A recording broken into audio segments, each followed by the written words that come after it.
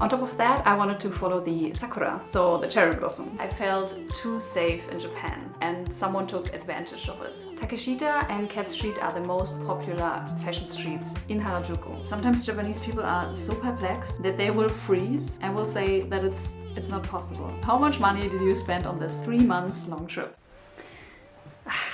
I ask you on Instagram and on YouTube, also on my Patreon, if you have some question in terms of my Japan trip, but mostly I want to help you, so I wanted some question from you about Japan, things I hopefully can answer, and you gave me some questions and I'm very thankful about that. The first question is, how did you plan your trip? What was your focus? Since I had an almost 3 months long trip ahead of me, I wanted to see as much as possible from Japan. My first approach was to visit all of the 5 main islands from Japan. Some people say there are only 4 main islands, some people say there are 5 main islands. I say that Okinawa is also one of the main islands, so I say 5. On top of that, I wanted to follow the sakura, so the cherry blossom. The sakura blooms at different times in different areas around Japan, and it also differs how long they last. This is dependent on multiple things like the temperature, if it's raining a lot, etc. When I looked into Airbnb's transportation and so on, I noticed pretty quickly that it will be too much money for me. And for me, it also felt like that I would have to rush through everything, but I personally want to take my time for everything, getting to know the area, etc. Which is why I picked Tokyo, Osaka, Nara, Kyoto, Aomori, Sapporo and Hakodate. So my focus was still on the sakura and places in said cities I wanted to see or also revisit, and vegan food. That being said, after 1 month in my Japan trip, I noticed that I spent too much money on restaurants, cafes and transportation. So when I looked up the prices for the Shinkansen, so the high-speed bullet train, which is a must if you want to travel to Sapporo and Hakodate, or you take the fare or you fly there, I came to the conclusion that I have to cut down some of the things I wanted to experience. So my new and final plan was to travel to Tokyo, Osaka, Nara, Kyoto and then back to Tokyo. I had to cut out Nara as well because it was super rainy on that day and the cherry blossoms were also almost already gone, so. The second question, where did you research all the places you visited? Basic answer, YouTube channels from people who create Japan-related content. For example, Tokyo Creative, Tokidoki Traveler, so Emma, Sierra-san, Sarah, Chameleon, aka 𝗨𝗪𝗧, currently Hannah, Der Hauge, so Hauke, Paolo from Tokyo, Sea-Dog, so Connor, and Abroad in Japan, so Chris, just to name a few. I also look randomly through some must-see in Japan YouTube videos and also blog entries. I can highly recommend one German blog. I'm pretty sure that every German who is about to travel to Japan landed on this blog. The name is 𝗦𝗪𝗖𝗜𝗍 and it's written by Tessa. And there's one more thing, I haven't used it that much for my second Japan trip, but I still looked through it, and that is the book Labyrinth Tokyo, written by Axel Schwab, and it's also in German. By the way, everybody who don't know this, I created my own travel journal for my first trip to Japan in 2019 and it's called Mochi Memories. 24 pages about memories of the trip, cultural information, for example, how to shrine, and tips for exploring Tokyo. So if you're interested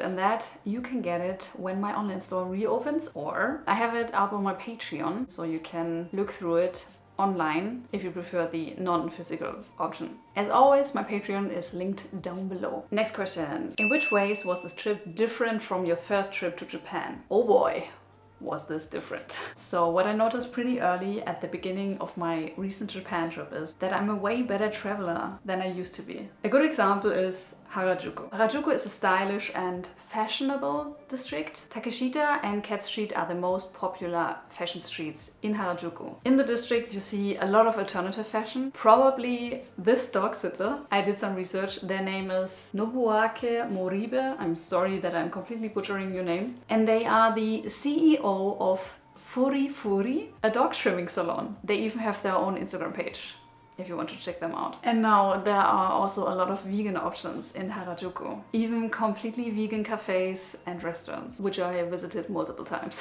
There will be a separate video about vegan food in Japan coming on my channel. However, my first Harajuku visit in 2019 was a very underwhelming experience for me. For example, I didn't go to secondhand stores around that time, so I didn't notice the stores. I was also vegetarian and tried the famous Harajuku crepes.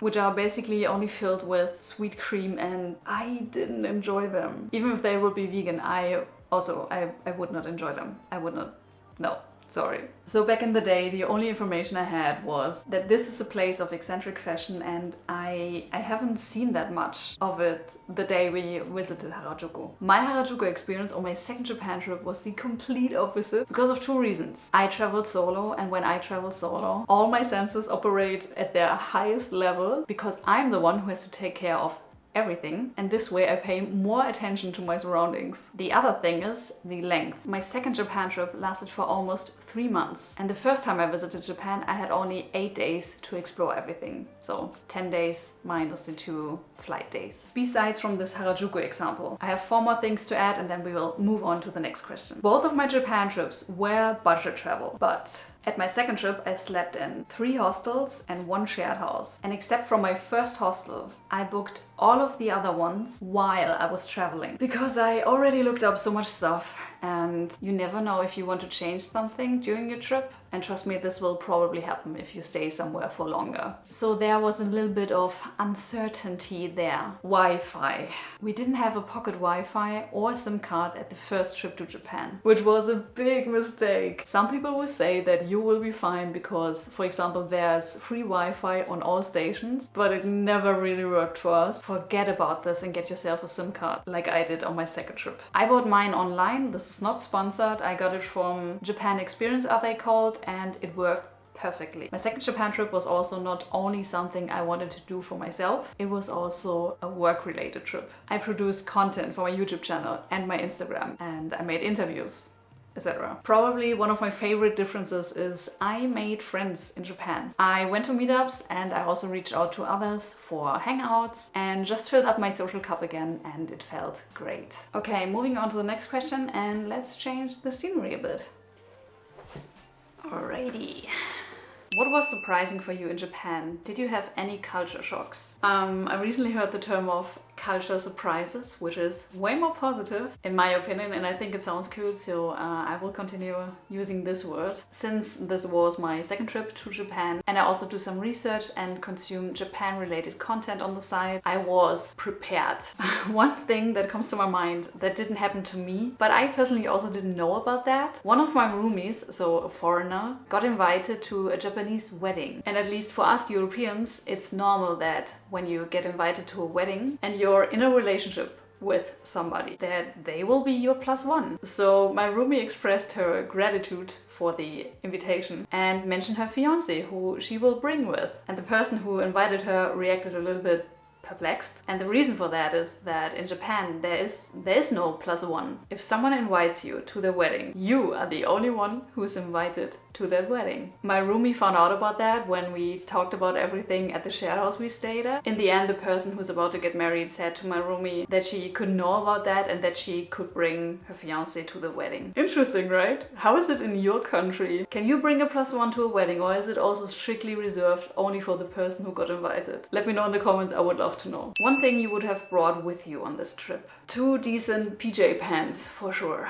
I only had 1 pair with me where the waistband was worn out. Although I sewed them tighter, it was so loose that I felt like my pants would fall down anytime. So I would have left a normal pair of pants at home, actually this green pair, thrown away these rock down PJ pants and trade them with 2 decent ones. What would you have done differently on this trip? Getting rid of those worn out PJ pants way earlier and not wait over half of my stay in Japan to do so. I'm a big believer of everything led me to something. I have to point out a trigger warning here for harassment, when someone harasses you. And please pay attention to how I'm phrasing the following. As sad as it sounds, there was one situation I wish I didn't have to experience. If you want to hear the whole story, watch this video afterwards. The short story is, I felt too safe in Japan and said yes to something I would have never said yes to in another country or even in Germany and someone took advantage of it. From all of the countries I've explored, Japan still feels the safest to me, but even here you need to be careful. What didn't you like on this trip and wouldn't recommend? Arashiyama bamboo forest in Kyoto, for sure. It's completely overrated in my opinion. It looks spacious on pictures, but in reality it's just a very short and mostly way too crowded walk through an area that I personally wouldn't even call a forest. I'm at the Arashiyama bamboo forest. I have to say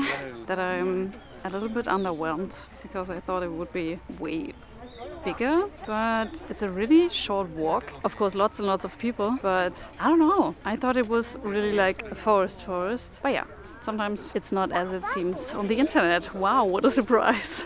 Then Sanenzaka, Ninenzaka and Gion. 3 popular places in Kyoto that are way too touristy for my taste. Lots of people trying to get a nice picture in their rented kimonos, soft serve everywhere you look, and just too many people in general. What was the hardest thing you had to do on this trip? My mental health got pretty bad during the trip for multiple reasons. I was sleep deprived, probably didn't eat enough. I was socially drained, exhausted because of traveling and producing content, plus having to search for vegan food every day. Yeah, and just like much more. My mental health hit rock bottom when I stayed at a hostel in Kyoto, which was super dirty. So even though I wanted to give up and travel home, I managed to push through that period by taking care of myself as best as I could and got rewarded with some of the greatest experiences and moments in the end. How did you meet new people and how did you make friends? I met new people through my interviews and got introduced to their friend bubble. I was randomly approached at a ramen shop once, hung out with my roommates, and even met someone at Gravity Park where I did the canyon swing. And here's something I highly recommend, especially when you're traveling alone: meetups. I went to the Tokyo vegan meetup group 3 times and was blown away by the generosity of everybody there. So many people from all around the world come together at these meetups. You get to enjoy really good vegan food together, which is the perfect icebreaker for a conversation. And if you like to hang out again, you can simply ask if you can exchange your Line QR code with each other. Line is a messenger app that everybody is using in Japan. I will put the information about the vegan meetup group also in the description in case you want to check them out. Let's do one more question and then change the scenery again. What are your favorite places in Tokyo? Tough question, because I think I haven't seen enough from Tokyo, even though I stayed for almost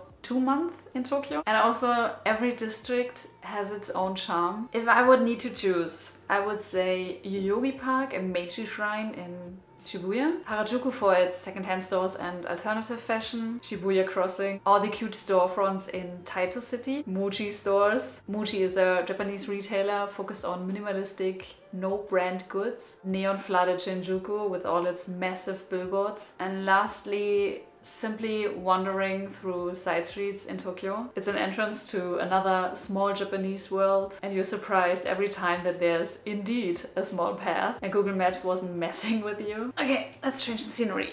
What places would you like to visit and what things would you like to do if you come back to Japan? Okay. Bath at the beach in Okinawa, see the Hill of the Buddha in Sapporo, see the Goryu-Kaku Park in Sakura season in Hakodate, visit the Ghibli Park, explore Yakushima Island, so the Princess Mononoke Island, stay at a traditional ryokan, bath in a private onsen with nature view, experience a geisha performance in private, wear a kimono and go to a festival, and try an apple from Aomori. There's probably way more, but these are the 10 things I can think of right now. What are your favorite Japanese foods? I go from savory to sweets. Edamame, so beans. Ramen, so the soup, but also with soba noodles. Soba noodles are made from buckwheat. Gyoza, so filled dumplings. Okonomiyaki, it's a savory pancake made of wheat flour with cabbage and other ingredients. I actually didn't thought that I would like it, but I really do like okonomiyaki. All types of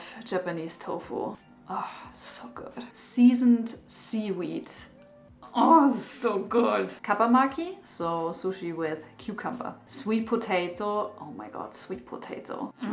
By the way, sweet potato in Japan is so different to the ones that we have in Germany, for example. It's just like, it is so good. They are so sweet. You can just eat them. You can just eat the whole thing and They are big and good and sweet and it's just so good. Hanami dango, so rice flour dumplings, you may have seen them. It's the dango with the 3 different colors. Taiyaki filled with anko. It's this fish-shaped dessert made of dough. Oshiruko, which is soup made of anko or red bean, and oftentimes there's also mochi in it. And lastly, everything with matcha. What did you miss about Germany and what did you not miss about Germany while being in Japan? The only thing I really missed about Germany is the easy access to vegan foods and vegan hygiene products in supermarkets, affordable fruits and veggies, and to be very exact, the toothpaste that I usually use. The brand I tried in Japan was not good. What do you like and dislike about Japan? Oh, that will be a long one. I like the love and detail Japanese people put into everything they do. I like that there's a mascot for almost everything and that Japanese people visualize so much with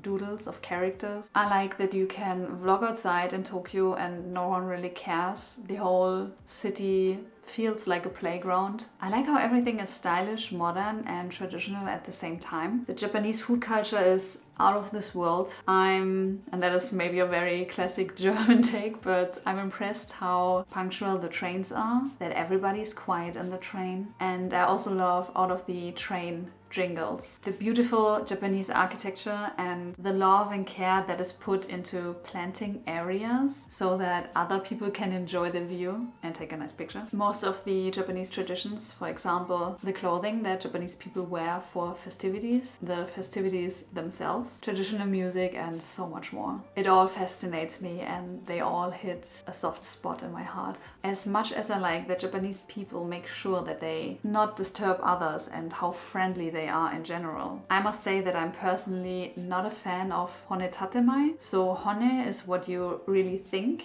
and tatemae is the mask that you wear in public or that Japanese people wear in public. So they hide their own feelings in some kind of way and what they think and so on. Especially in friendships, I want to be able to have deep conversations, make my boundaries clear, but also know about the boundaries from my friends. And I do believe that it's also important to argue with each other from time to time. From my experience, and I have to point out that every individual is different and that I don't want to generalize it, but one simple change, for example, when you're ordering food, it seems like a big hassle in Japan. Sometimes Japanese people are so perplexed that they will freeze and will say that it's not possible. It's almost like a system overload or so. A short one. Most veggies and fruits are too expensive in Japan for my taste. I get that a lot of love went into the fruits and the veggies and a lot of thoughts went also in the packaging and taking care of the fruits and veggies, but they need to be more accessible for everybody in my opinion. Unpaid overwork and the whole work culture in Japan is really toxic. Gender bias, gender inequality, gender pay gap, and the role of women in Japan is still outrageous. The same goes for the discrimination of the LGBTQ community, racism and how animals are treated like objects in those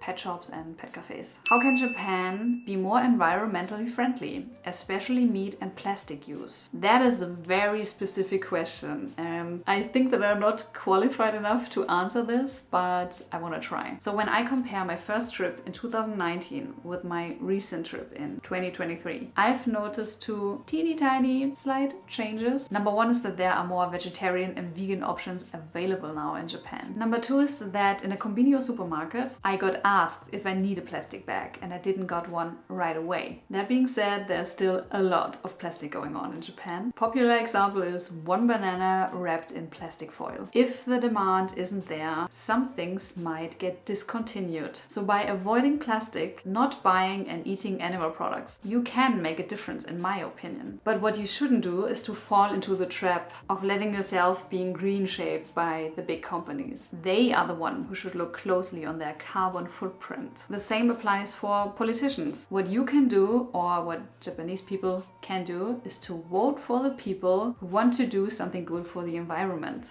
Plastic tableware and plastic bags in Germany, for example, are not allowed anymore in supermarkets, restaurants and in cafes. As soon as there's a law for it, people have to follow. And another thing we can do is to demonstrate and to protest. I don't know how easy that is in Japan, but It is a thing. What will you miss from Japan when you're back in Germany and why? I will miss everything that I mentioned under the what I like about Japan, but what made this trip unique to me are the people I got to meet. Some of them I can call friends of mine now, and I'm just really looking forward to hang with them in person again. Now, the money question. How much money did you spend on this 3 months long trip? Okay. I go a little bit over here that I can show you here. It was more than I expected, not gonna lie. So the flights were 823 euros and 47 cents. I exchanged money one time when I arrived at Narita Airport, which was 1,000 euro. My first hostel was in Tokyo and it cost me 376 euro and 20 cents and around 31 euros extra for 2 extra nights. My second hostel was in Osaka and it cost me 115 euros and 28 cents. My third hostel was in Kyoto and it cost me 163 euros and 49 cents. And then my last stay was in Tokyo again at a shared house, which was 387 euros and 14 cents plus about 100 euro for 11 extra nights. I also used my Revolut card, which I can highly recommend you. Revolut is an app that you can use, or you also get the card like me, and you can change your currency there without paying any extras and so on.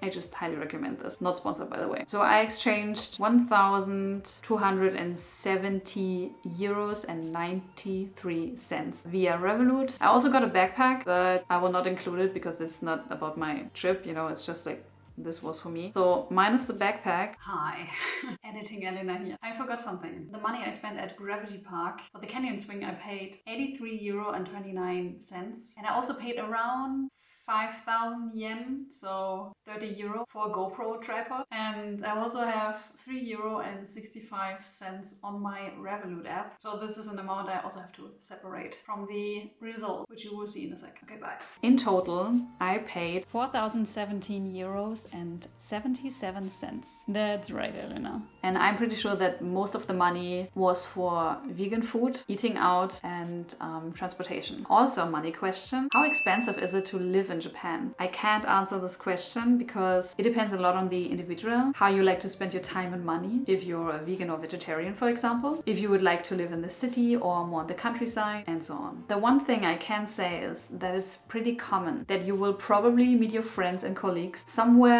outside your flat and that you might end up eating out together or spend money on something else. From what I've heard, Japanese people don't hang out together at someone else's place. It is more of a foreigner thing. How did this 3 months long trip change you? Every travel trip of mine made me a better traveler. Exploring a country in which sometimes not even English has helped me definitely pushed me outside my comfort zone, which is something I'm welcoming. I can fall asleep better now because I always shared my room with others in Japan. The highest amount were around 16 people. In that matter, I also learned to act on my own needs and accept the quirks of others. Following on from that, I'm way more open now to the concept of sharing my space with others. Also, while I'm away traveling, for example. I got better at calming myself down when I felt lost or scared or when I had to do something for the first time. During my stay, I started to ask myself, who do I want to be? How do I want to show up today? Which has helped me ever since to act like the person I truly want to be, how I want to be remembered, and which friend, for example, I want to be.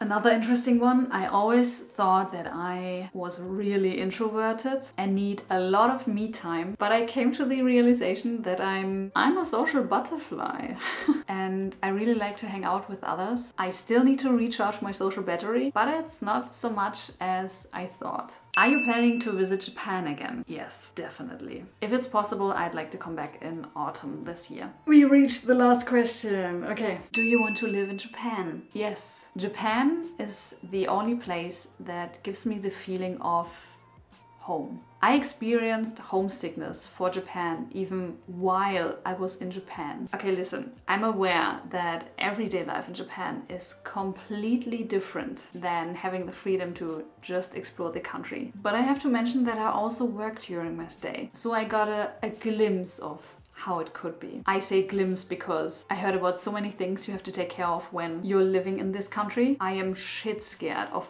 anything document and health related in Japan, because I can't even say one sentence in Japanese at the moment. But I still want to find a suitable way for me to make this move happen. That were all of the questions. Thank you so much for everybody who gave me some questions. A huge shout out to my patrons. You are the ones who are making this possible. You are the ones who support me in a way that I can keep going and do stuff like that. Thank you so much for watching, and I will see you in my next video. Bye.